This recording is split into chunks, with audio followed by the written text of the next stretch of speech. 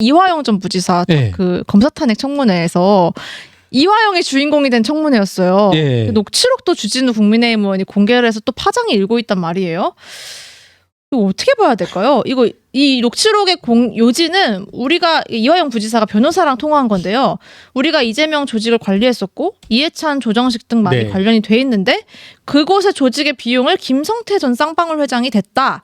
지금 김성태가 이러이러한 폭로를 할까봐 두렵다. 뭐 이런 예. 내용이었어요. 사실은 이게 여러 가지 이제 뭐 자금 문제 이런 것들을 뒷받침하는 증거 아니냐라고 국민의힘 의원이 낸 건데 예. 뭐 야당은 당연히 이제 반박을 하면서 짜집기다 왜곡이다라고 하고 있죠. 어떻게 보셨어요? 이 청문회 전반의 상황. 그러니까 한번 저는 시청자 여러분과 한번 공유하고 싶은 게 당시 청문회가 정확하게는 박상용 검사 탄핵소추 사건 청문회였고 네, 맞아요. 정말 이런 일이 백주에 진행되고 있다는 게 참 웃긴 일인 거죠. 이 과거 같으면 상상도 못할 일이고 네. 이런 일이 벌어질 수 있는 이유가 저는 다시 반복하지만 여권의 행태 때문에 이게 가능한 것이고 정말 또 기함했던 것이 전현희 의원이 뭐라고 했냐면 정말 이제 전현희 의원은 정말 이름 그대로 돼가고 있는 것 같아요. 뭐라고 했냐면 이화영 증인 많이 힘드시지요. 힘내시기 바랍니다.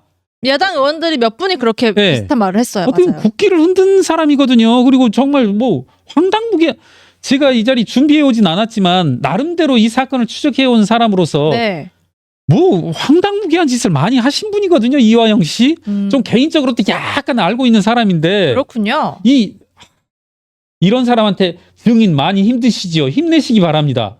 이게 지금 뭐 하는 짓인지.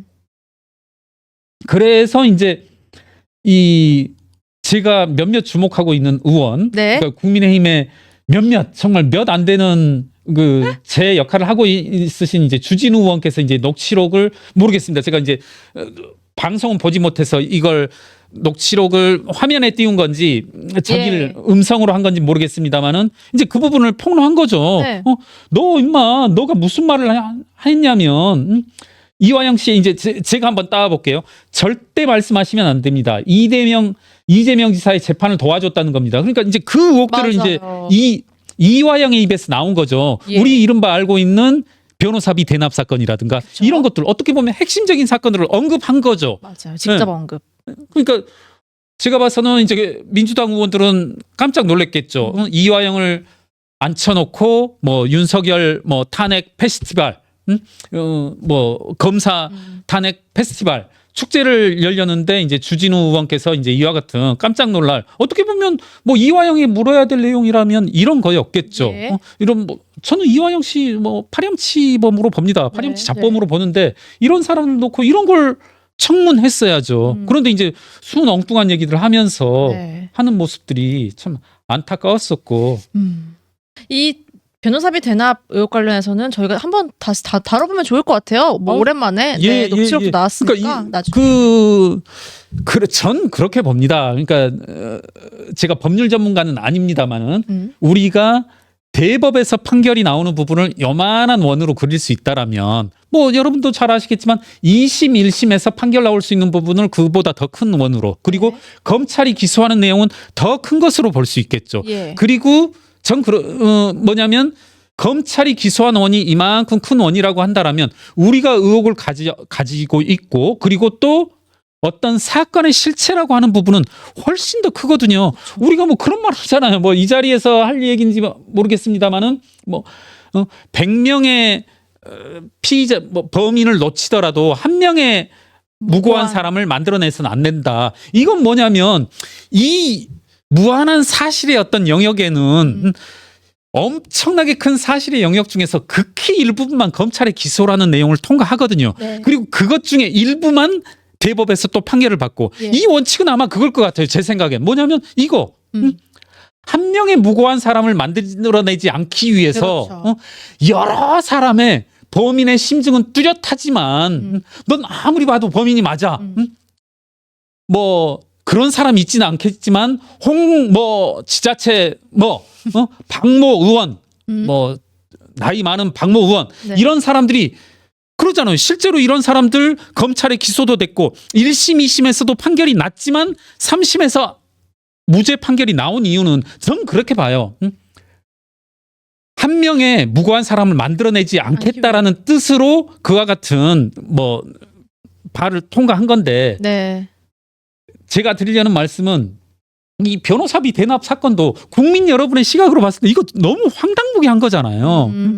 이재명을 이재명이 어마어마한 그 변호인단을 동원하였음에도 불구하고 이재명이 지출했다는 변호사비는 뭐 거의 미미하거나 재산상의 변동이 없었어요.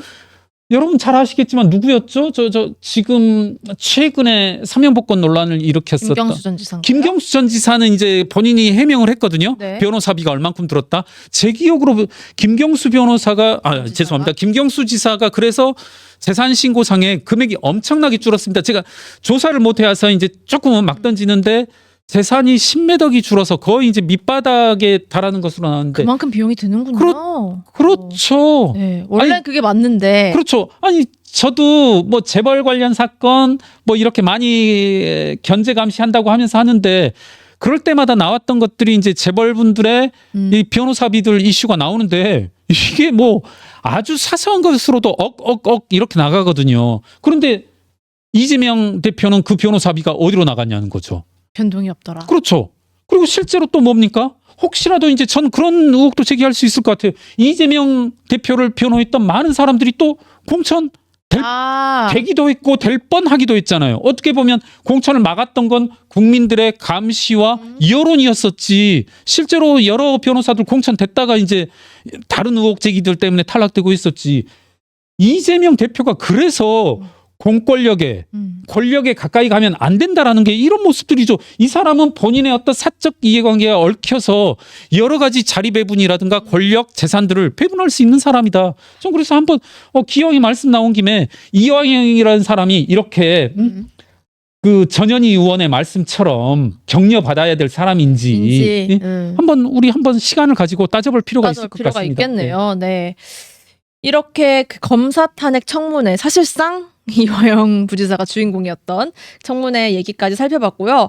우리 재보궐 얘기 다뤄야 되는데 시간이 다 돼서 다음 방송에 한번 살펴보도록 하겠습니다. 그러시죠. 예. 네, 김서윤님 바른 소리하는 김경률 전 비대위원님 계속해서 옳은 소리 부탁드립니다라고 해주셨고요. 영애백님이 김경률님 쓴 소리가 약이 됩니다. 댓글이 보여서 읽어드리면서 마무리를 해보도록 하겠습니다. 다음 주 월요일 오후 4시에도 노빠꾸 정치 시간에 또 찾아와 주시면 감사하겠고요. 건강 한 주간도 잘 지키시길 바라겠습니다. 인사드릴까요? 예, 다음 주에 또 뵙겠습니다. 네, 건강 감사합니다. 조심하시고 건강 조심하십시오. 네, 안녕히 계세요.